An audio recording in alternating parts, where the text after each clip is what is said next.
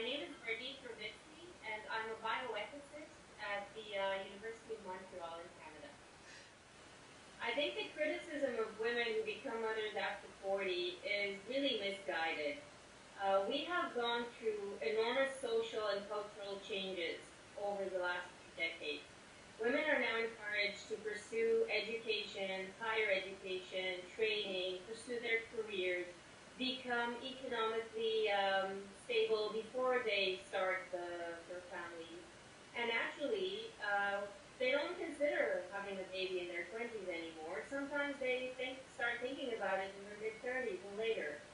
Um, this is a cultural reality and also an economic reality in which we need two-income families, and women are expected to establish themselves financially before bringing a child into the world. That's the message that we're. So I think the problem is that we're looking at this at a very individualistic level. We're criticizing individual women for making individual decisions about motherhood. What we need to do is look at the social, the collective level. What are the cultural and economic forces that shape our society today? And how can we adopt public policies that really open up options for women, that really promote their autonomy and their freedom? I think that the fact that women today have more access to contraceptive options on one hand and reproductive technologies on the other is a wonderful thing. I think it empowers them, it enables them to make a wider range of options and to create the families that they want. And these developments are welcome, they're positive. I absolutely cherish them. At the same time, I think as a society, we should create the mechanisms that support families whenever women decide to have them. Better maternity leave, child benefits, better support systems for families, so that women actually have the freedom to start their families when they desire. Yes, I do think we're under a lot of pressure to do everything at once. When I look within my own milieu, in my own reality of academia, it takes a minimum of 10 years to get your PhD. Then you're supposed to do a postdoc. Then you're supposed to find a tenure track position and fight for tenure for a bunch of years. So really, you are in your late 30s by the time you have any sort of job security or financial stability. And it's just, the case is similar for many other professions and careers. At the same time, we're expected to to start a family project while we're still fertile and young enough. So yeah, I do believe we're under unreasonable pressure to do everything at once.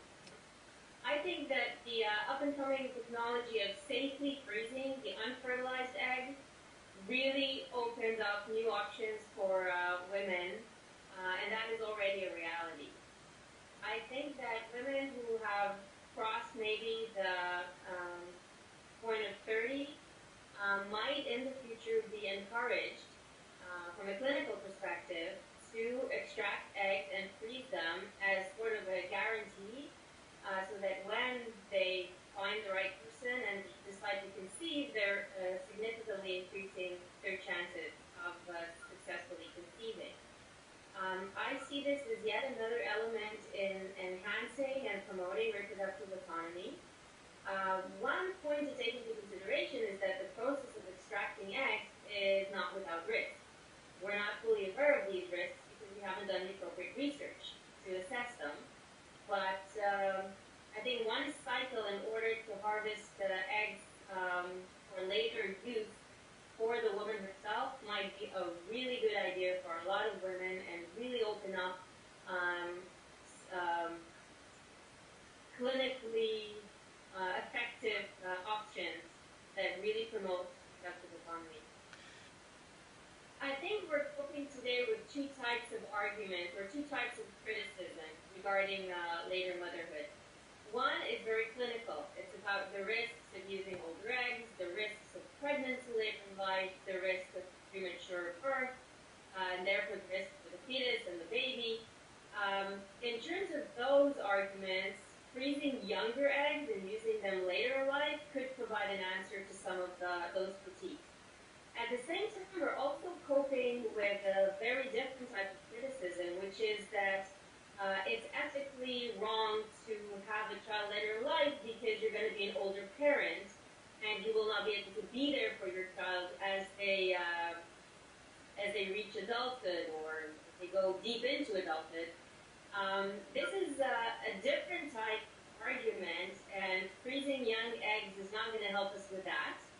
I think it's an ethics-guided argument for a bunch of other reasons, but it's also something that we should address. If we're going to criticize women for becoming mothers at a certain age, we're opening the door to a host of other critiques, such as women who decide to become mothers without a minimal level of education, without a minimal level of financial stability, maybe in a certain situation, maybe based on their mental health. I think this is a very